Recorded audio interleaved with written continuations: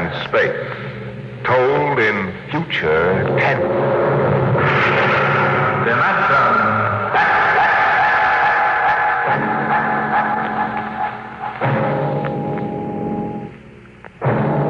The National Broadcasting Company, in cooperation with Street and Smith, publishers of astounding science fiction, bring you Dimension X.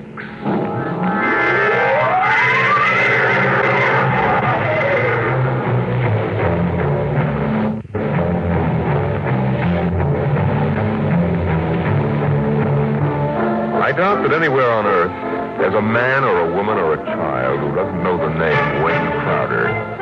I doubt whether there's a human being who hasn't at one time or another used one of the Crowder products, the can opener or the razor blade, or the patented tooth powder dispenser, or the Crowder improved slideless fastener.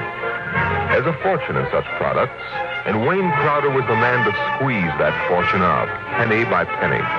And he did. And in the magazines which write about men of business, he was described as a man of ice and stone and ink and steel. No warmth, and a heart to pump blood, not feel human emotion. But he took some of his money and he built himself a towering skyscraper. And he placed his private office at the very peak. And he built a battery of buttons into his desk so that when he wanted something, all he ever had to do was press a button. And like genies springing out of the bottle, the proper personnel would come running. Yes, Mr. Crowder. Got me my engineers. Yes, sir. Right away, Mr. Crowder. Mr. Crowder wants his engineers at once.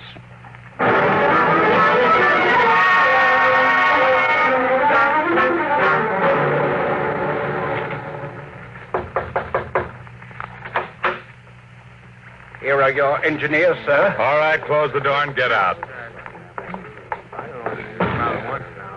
Now, gentlemen, sit down.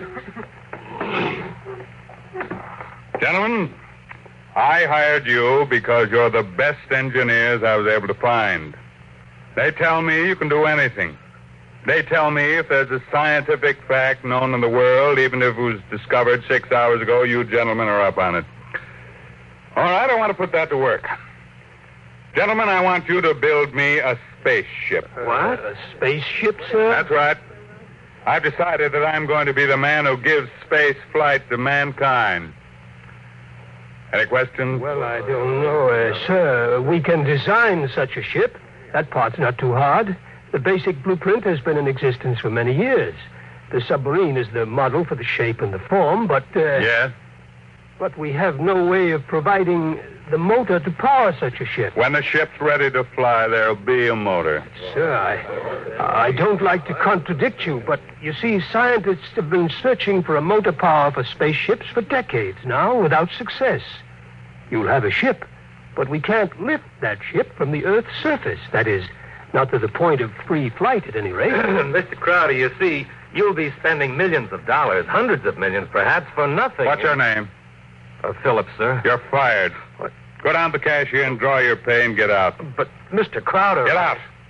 Nobody who works for me thinks of how much something costs. We use money. We don't let expense provide a rationalization for not beginning a project. Phillips, what are you waiting for? Get out.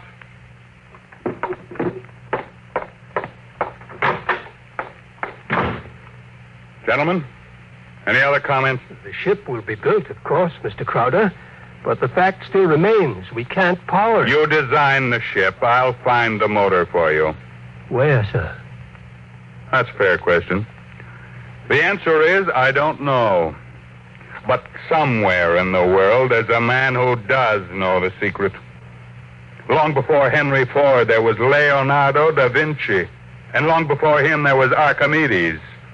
And long before him, there was some Stone Age genius who invented the wheel when the only thing the mob could conceive was dragging things around on their backs. I want that motor. And I'll root out the man who has the theory which will let us build it. I'll find him. Money will be available to him, an organization, my backing, and we'll get what we want. You're going to be plagued with a host of crackpots, sir. Obviously. So it's going to be your job to separate the wheat from the chaff. But anyone who shows up with a promising idea, no matter how fantastic it sounds, is going to have a chance to show what it can do. How quickly do you want this done, sir? Yesterday. Yes, sir. Anything you need. Well, Mr. Crowder, we'll need construction yards, sir, and certain machinery and a great many materials, of course. A labor force. Get them. Send me the bills. I don't want to be bothered with minor details. Yes, sir. One more thing, sir. Phillips, sir. Yes? We need him, sir. He's a top man on electronics. He's a vital cog in our team. I don't want Phillips working for me. That's clear, I hope. Who else in the country knows what he does? Not one in this country, sir. There's a man in Asia, though. Get him. We've tried before, Mr. Crowder. He's working on an important project for his country. I'm not concerned with details. Now get that man, pay him what he wants, but get him. Sir, you don't understand. I understand, man. If this man quits his job, that whole project will collapse. It means the welfare of many people, millions of people in his country. And he has a high sense of patriotism. By that sense of patriotism. Now, that's all. I don't want to see you again until you have a report of work in progress. Yes, sir.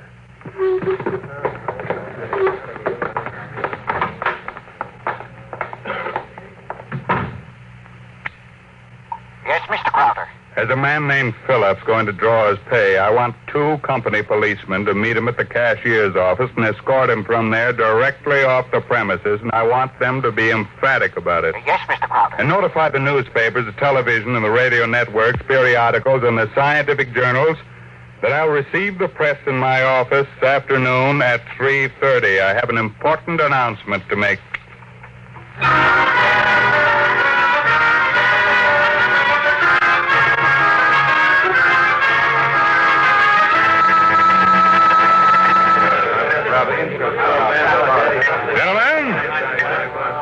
Gentlemen, you can finish your drinks later.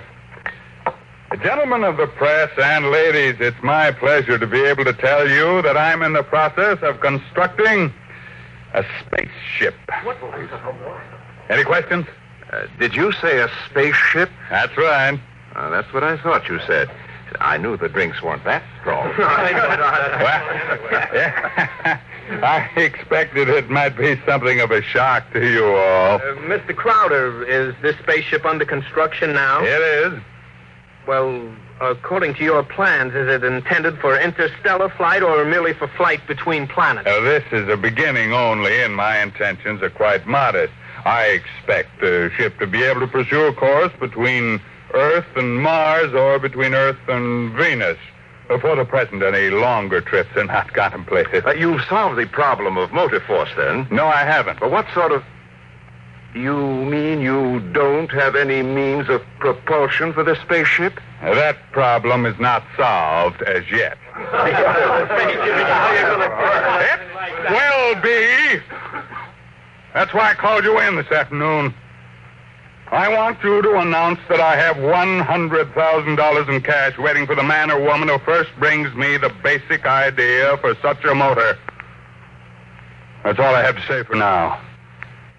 Finish your refreshments, ladies and gentlemen. I'll let you know from time to time how things go. Mr. Crowder, one more question, please. Yeah. Do you have a name for this spaceship yet? No, not yet. Then let me suggest one. Yeah? Crowder's Folly. Quiet, all of you. Quiet! What is your paper? The Daily Times, sir. Inform the company police that under no circumstances is any representative of the Daily Times ever to be allowed on company property again.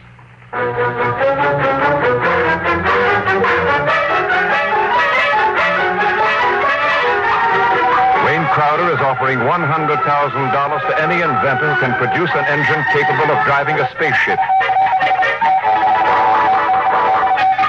Wayne Crowder is offering $100,000 to any inventor who can produce An engine capable of driving a spaceship.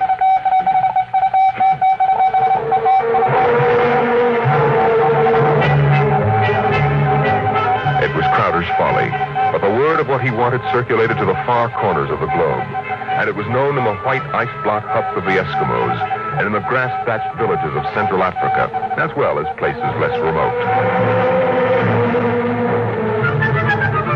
And the Crowder office became the Mecca and the heaven for the lunatic fringe of humanity. Their blueprints and scale models clogged its corridors, and more applicants came to the great skyscraper. I told you, don't want these people in my office till this green. Now get out! Get out!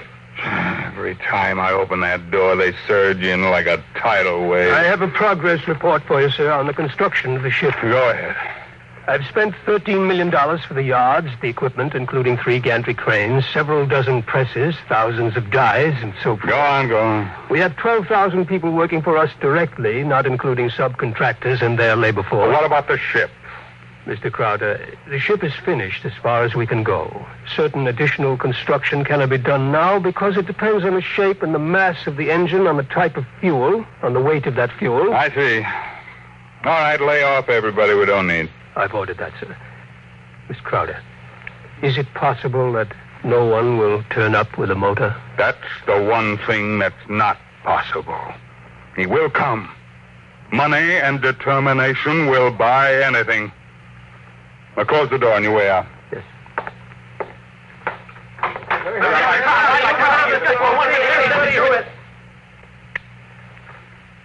Order the proper department to put a name on the forward end of the ship. I want letters in pure gold 1 foot high.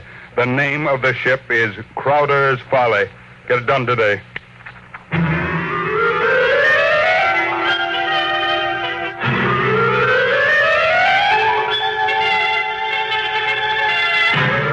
The sun rose in the morning and glinted rose on the silver sheen of the hollow ship's skin. The sun set at night and glinted rose on the silver sheen of the hollow ship's skin. The golden letters on the prow held out the fury of Crowder for the world to see.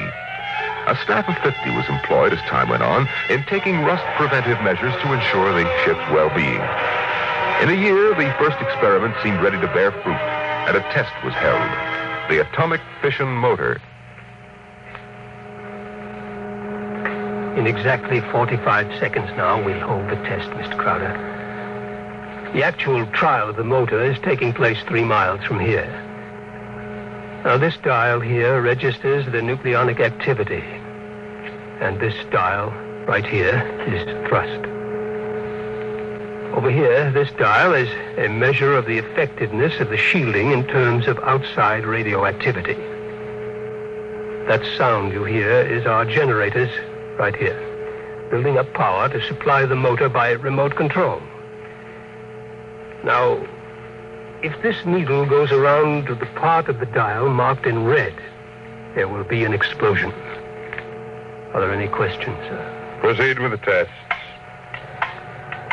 Watch the needle, sir. 8,000. 8,500. 9,000. 10. 11.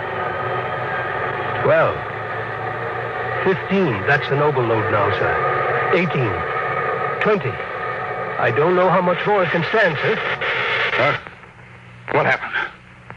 Your generator blew out. What kind of I beg your pardon, sir. The motor blew up. What are you talking about? I'd hear, sir.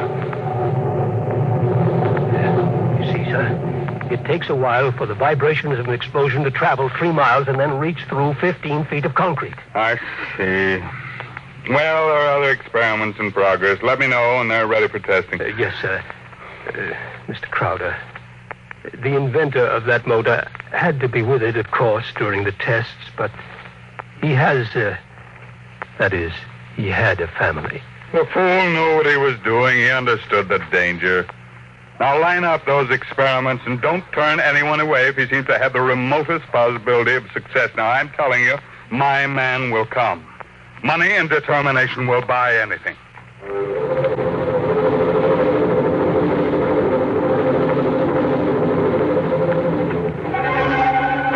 And strangely enough, Crowder was right. Because one day there came to his office a stranger, a small man. He looked even smaller in that tremendous room. He was an unusual visitor in that he carried no briefcase fat with blueprints, schematics, or formulae. He was unusual in that he neither blustered, cowered, nor deferred to his host. Or he was a pleasant little stranger, bird-like of eye and movement, bright and smiling. Mr. Crowder, my name is Wilkins. I can power that ship you want. So? Of course, what I have in mind won't be anything like that meaningless for you. What? Well, Rocket, my motor requires a different here in my head. It so happens that I'm presently supporting half a dozen people who make the... None of them have been successful. What makes you think your idea will work? Simple enough. The common magnet. What? Electromagnetism. Utilization of the force of gravity, or its opposite in this case, countergravity. Thank you very much. If you'll forgive me now, Just a moment, Mr. Crowder. There's one thing more. This. I've seen pieces of metal before, thank you. How high from your desk would you say I'm holding it? I'm very sorry, Mr. Wilkins. Do you want to leave or do you want to be escorted out? This will only take a second, sir. How high from your desk would you say I'm holding this piece of metal? A foot and a half. And if I let go, then in less than a second, a fraction of a second, it should fall to your desk. Now, look, I don't want the surface of that desk marred. But will it be? You see, I have let go of the metal, is that right? What good Lord. Many seconds ago, it should have crashed to the desk, am I right? This is incredible. Well, if you want to speak to me anymore, I'll be right outside. But it hasn't fallen. That's right, sir. It hasn't fallen. It floats in the air. That's right, sir. It floats in the air. How do you do it? Well, why don't you call your engineers and ask them? I'll wait outside. Get me my engineers immediately.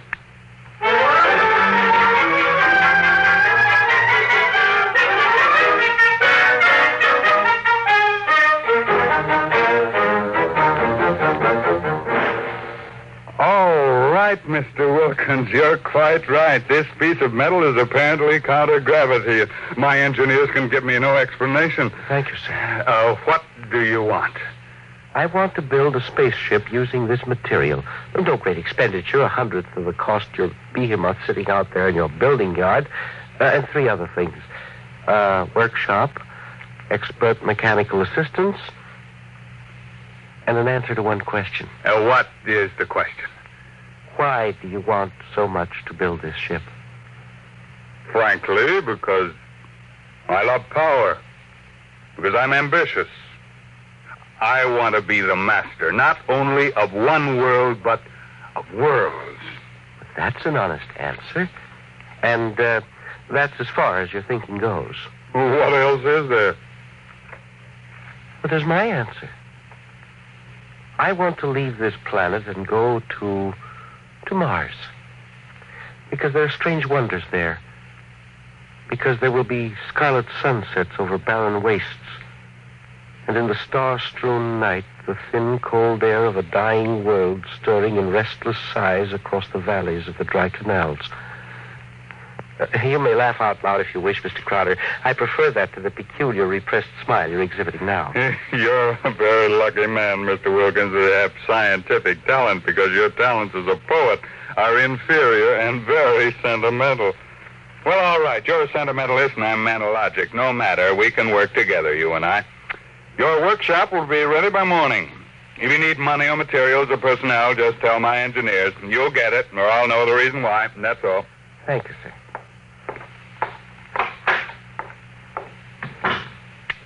Get me my engineers.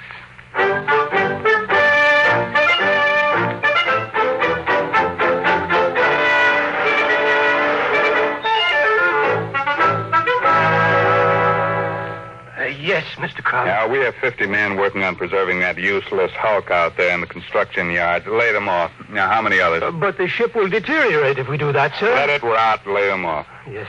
Now, how many other employees are still working for us on the project? About 3,000, sir, including the people working on experimental motors. Get rid of them. But, sir... Get rid of them. Well, Mr. Crowder, I never thought you'd drop this project. You were so adamant on it. I'm not dropping anything but dead wood. You saw what Wilkins had to offer. He's my man, and the rest is junk. Mr. Crowder, he might fail. We ought to have a minimum of protection against... I say he won't fail. Yes. You just lay everybody off that isn't needed. Give him 2 weeks' pay and my thanks for a thankless job well done, that's all. Yes, sir. I'll get it done, sir. What a year's work. Yes, and 10 years or 20 years, now do the same thing. That's why you're an engineer and I'm an executive. That's why you work for me, because when I have to, I can be ruthless with my own mistakes. What are you waiting for? I was just thinking, Mr. Crowder, what would happen to me if my usefulness to you were over? I've worked for you for 30 years now. Just don't give me any occasion to consider your usefulness terminated. That oughtn't be too hard. Yes. What? Nothing, sir. I'll make the arrangements at once.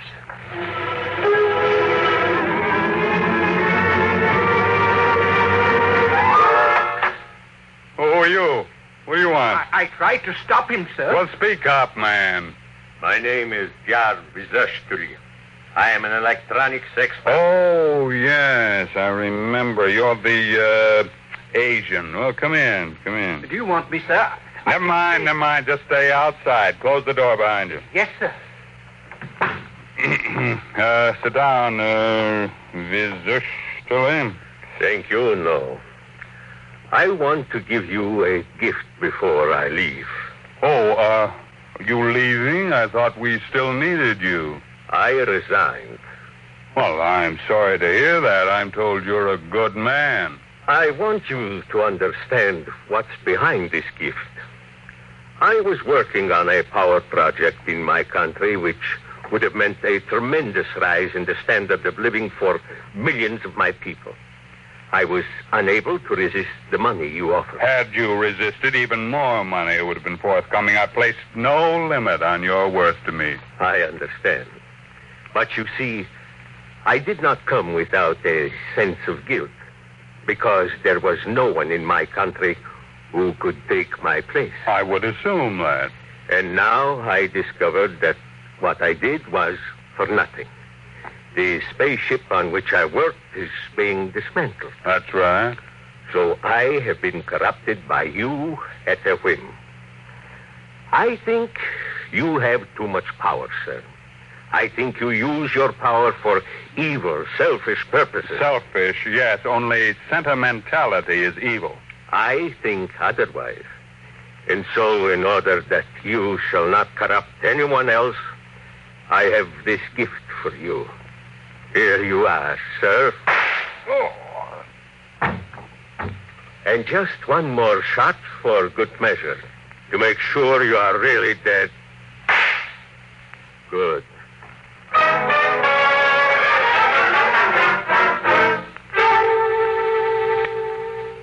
There's a man on his way out by the name of Jar Vizushtuli, an engineer. He's not to be molested.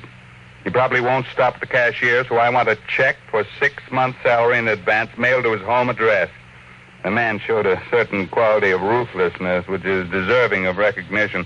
And have the chief of the company police bring me a new bulletproof vest. This one seems to have been dented in 2 places.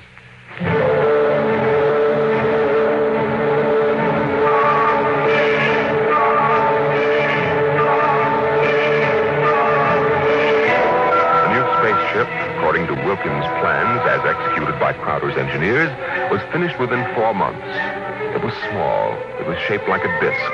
It gleamed brightly, even in the smoky haze of an October sunset. Inside, Crowder and Mr. Wilkins, in a small cubicle at the heart of the machine, were surrounded by many instruments of a complicated nature. Outside, huge crowds gathered to witness the test. They stirred and murmured, waiting restlessly, as inside the control room of the craft, Wilkins installed the final secret part he had not revealed to those who built his driving apparatus.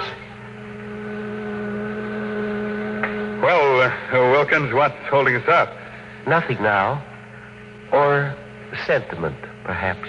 What? A wish to look once more on Earth's familiar scenes. Here, now the screening is removed. Look at the people out there. Never mind looking out there. Let's leave that thing closed. You're a sentimental fool. Or are you afraid? Or did you decide at that last minute that your invention won't work? It will work. Oh, sit down, Mr. Crowder. And do me a favor. When I press this button, will you please press the button on the arm of the chair you're seated on? I'll tell you when. Turn on your motor. I want to hear its roar and feel its tug as we cut loose from Earth's gravity and fly outward into space. That might be a moment in which I'd share your sentimentality. Press your button now, sir. Thank you. This is all hoax. I'm beginning to distrust you, Wilkins. When are we going to take off? You said at 5 sharp, and it's 2 minutes after 5 now. Well, do we move or don't we? Mr. Crowder, we're already moving. The button you pushed was to nullify the effects of acceleration. If you don't mind, I'd like to open the screen again. Now, if you care to look for yourself. Wilkins, we're in space. Look down at Earth. How far we've come. Why, it's no bigger than a toy balloon. A dime. A firefly. Man, Wilkins, you done it. Yes. I swore to be the first man to conquer space, and I've done it. It's a triumph of power and ambition. And sentiment. Oh, blast sentiment. Your maudlin dreaming would have died unborn except for me. I made this possible, Wilkins. Don't ever forget that. My capital, my forcefulness, my will. Look out there. Space. Stars that never were seen from Earth. But this is only the beginning. We'll build a larger model, one great enough to hold 100 men, 1,000, and cargo besides. I'm the master of the planets. Wilkins, turn back now. No. What? I said turn back. No. Oh, we've proved the ship can fly. Now turn back. I want to start work at once in preparation for the long flights to come. Not so. We will go on. What are you doing, defying me? Are you crazy? I'll break your puny little body into pieces. Mr. Crowder, can you control this ship? Would you like to be stranded out here in space? Just adrift in space without control? Would you like that? Turn back. No. You're crazy. You're crazy. Crazy? No. Sentimental? Yes. Your money and ambition paved the way, that's true. But sentiment was the vital factor that sent me to you. You'll forgive me if I remove these primitive clothes. Who are you? Well, it's all right, Mr. Crowder. There is no need to be so terrified because you've had your first close look at a Martian going home.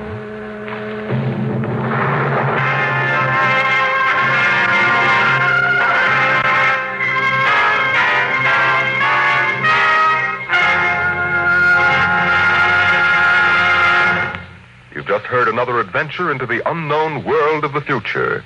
The world of...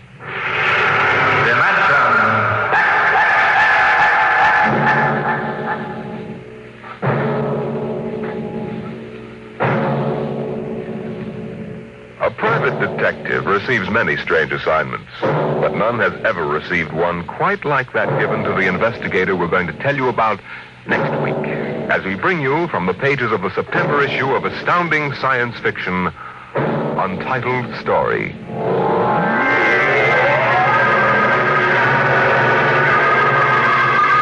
Dimension X is presented each week by the National Broadcasting Company in cooperation with Street and Smith, publishers of the magazine Astounding Science Fiction.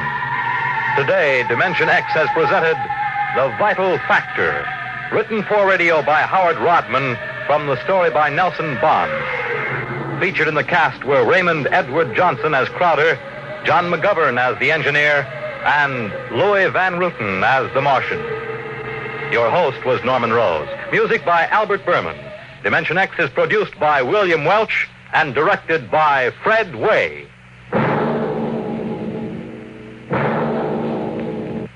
Dragnet, the story of your police force, is next on NBC.